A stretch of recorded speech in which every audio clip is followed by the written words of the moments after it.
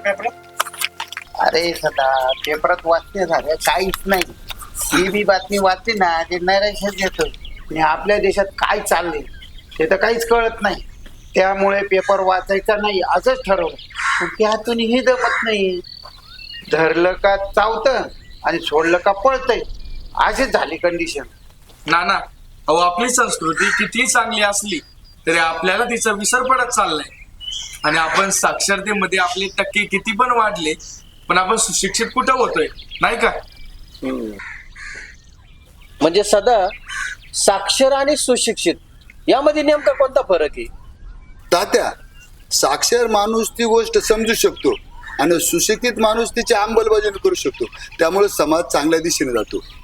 पण अलीकडची बेशिस्त, भ्रष्टाचार, वाढती गुन्हेगारी जर लक्षात घेतली तर असं लक्षात येतं की प्रगतशील देश आणि आपल्या देशात काय फरक येतो.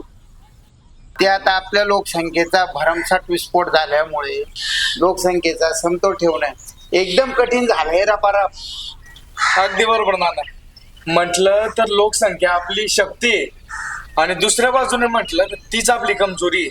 आता कांद्यातच बघा ना, कांद्याच्या उत्पादनामध्ये एकरामध्ये योग्य अशी संख्या नियोजन आपल्याला करायला लागतं, तेव्हाच आपल्याला कुठं कांद्याचं उत्पादन नीट भेटतं बघा.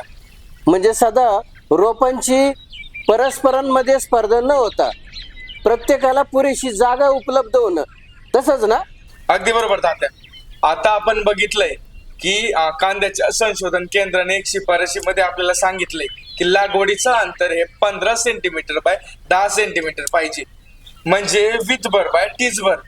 पण आपण आपल्या जमिनीचा पोट लक्षात घेता हेच अंतर 12 बाय 10 किंवा 10 बाय 10 असं ठेवू शकतो.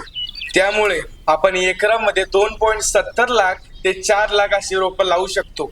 पण आता या गोष्टीमध्ये आपण पाण्याचे पाट किंवा अंतर मशागतीची जी काही लागणारी जागा आहे याला लक्षात घेता 10% संख्या आपण याच्यातून काढून टाकतो. आता लागवडीनंतर आपण 10% जरी मरतूक पकडली तरी आपण आपल्या एकरी जमिनीमध्ये 2.5 ते 3.25 लाख रोप जगवू शकतो. म्हणजे एका चौरस फुटामध्ये 6 ते 8 रोपं बसली पाहिजे, असंच ना? बरोबर आहे तात्या. संख्या नियोजनासाठी कांदा लागवड करणाऱ्या शेतकऱ्यांनी ते तपासून पाहिलं पाहिजे आणि 1 चौरस फुटाची साचे तयार करून लागवडीच्या वेळेस ते मजुराला समजून सांगितले पाहिजे. म्हणजे सरासरी एक कांदा 100 ग्रॅम जरी झाला सरासरी तर 25 ते 30 टन उत्पादन येऊ शकते. ते पण कसं रपारप. अहो भुजंगराव, हे बोलायला सोपं वाटतं, प्रत्यक्ष करताना त्याची फार दक्षता घ्यावी लागते, तरच आपण त्याच्या जवळ जाऊ शकतो. म्हणजे भुजंगराव, रोपे निरोगी आणि जोमदार आणि त्यावरती केलेली प्रक्रिया आणि अंतर राखत केलेली शिस्तबद्ध लागवड या त्रिसूत्रीच्या जोरावर संख्या नियोजन आपण साधू शकतो. आणि ते पण कसं? रपारप.